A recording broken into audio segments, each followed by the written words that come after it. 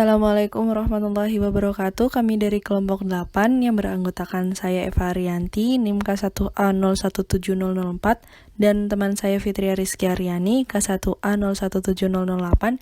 Di sini kami akan mempresentasikan hasil review artikel kami dengan judul Penentuan Aktivitas Enzim Mananase dari Berbagai Mikroorganisme di Indonesia dan Peranannya dalam Bidang Pangan. Jadi yang pertama itu kita harus tahu dulu apa itu enzim mananase. Nah, di mana enzim mananase itu termasuk ke dalam kelompok enzim hidrolase yang mereka itu berperan dalam mengkatalisis hidrolisis primer. Nah, mananase itu merupakan enzim yang berperan untuk menguraikan heteromanan menjadi manosa, glukosa, dan galaktosa.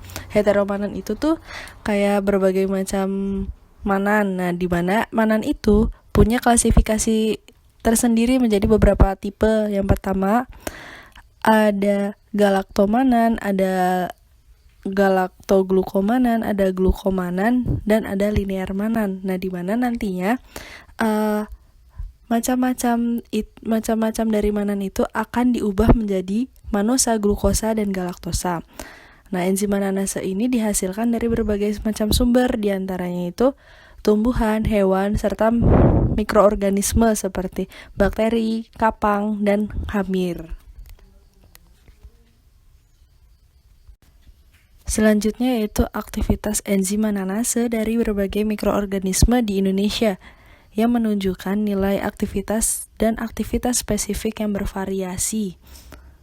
Nah, bisa dilihat di sebelahnya itu pada tabel di mana mikroorganisme yang menunjukkan aktivitas paling tinggi, aktivitas enzim dan aktivitas spesifik enzim paling tinggi yaitu pada isolat SM1,4 Bacillus sp, di mana aktivitasnya itu 119,440 dan aktivitas spesifiknya itu 19,550 dengan substrat locus Bingham.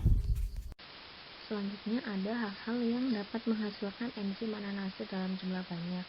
Yang pertama itu perbedaan isolat. Menurut dari penelitian Rahayu 2013 menunjukkan mananase yang berasal dari isolat 5 dan isolat 6 ini memiliki dua puncak aktivitas, di mana isolat 5 memiliki puncak aktivitas pada jam ke-18 dan jam ke-54, sedangkan isolat 6 memiliki dua puncak aktivitas pada jam ke-30 dan jam ke-66. Hal ini dikarenakan enzim mananase merupakan isoenzim, di mana dia itu berperan dalam mengkatalisis reaksi yang sama, namun urutan asam amino dan sifatnya yang berbeda. Yang kedua itu ada perbedaan sumber karbon. Jadi menurut penelitian dari Ambarwati memperlihatkan bahwa perbedaan sumber karbon ini berpengaruh terhadap aktivitas enzim mananase.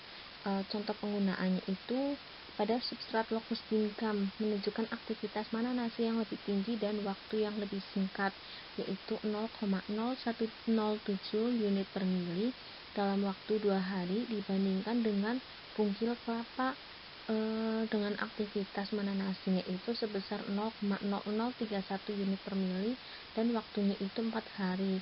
Hal ini dikarenakan locus Bingham lebih dapat menginduksi pembentukan mananase Streptomyces sp galur 45I3 daripada bungkil kelapa. Selain itu, kandungan galaktomanan pada locus Bingham itu lebih tinggi dibandingkan pada bungkil kelapa, yaitu sebesar 88%, sedangkan pada bungkil kelapa hanya 61%. Yang ketiga, ada perbedaan suhu, pH, lama waktu inkubasi, dan kecepatan agitasi. Perlakuan pertama itu pada Streptomyces cyanus dengan mengkondisikan sesuai dengan pH dan suhu optimumnya, yaitu pH-nya 8 dan suhunya 50 derajat Celcius. Maka aktivitas mananase meningkat dari 0,702 unit per mili menjadi 1,706 unit per mili. Hal yang sama juga terjadi pada Streptomyces violescens BF3.10, dikondisikan dengan pH dan suhu optimumnya, yaitu pH-nya 6 dan suhunya itu 70 derajat Celcius. Maka aktivitas mananasenya meningkat dari 0,981 unit per mili menjadi 16,38 unit per mili, dan juga waktu inkubasinya menjadi lebih singkat dari 144 jam menjadi 72 jam. Yang ketiga itu ada perlakuan akitasi. Perlakuan akitasi juga berpengaruh pada lamanya waktu inkubasi dan terhadap meningkatnya aktivitas mananase pada Bacillus subtilis. Dengan perlakuan akitasi 200 rpm, maka aktivitasnya meningkat dari 15,64 unit per mili menjadi 37,7 unit per mili. Selain itu, waktu inkubasinya menjadi lebih singkat dari 96 jam menjadi 24 jam. Terakhir ada kesimpulan. Jadi berdasarkan beberapa kajian mengenai sumber enzim mananase di Indonesia menunjukkan bahwa isolat SM1,4 Bacillus sp mempunyai nilai aktivitas yang paling tinggi, yaitu 119,44 unit per mililiter dan aktivitas spesifiknya itu 19,55 unit per miligram. Tingginya nilai aktivitas dari isolat SM1,4 Bacillus sp merupakan potensi dalam memproduksi enzim mananase, di mana enzim mananase ini akan bermanfaat untuk menghasilkan probiotik seperti monooligosakarida.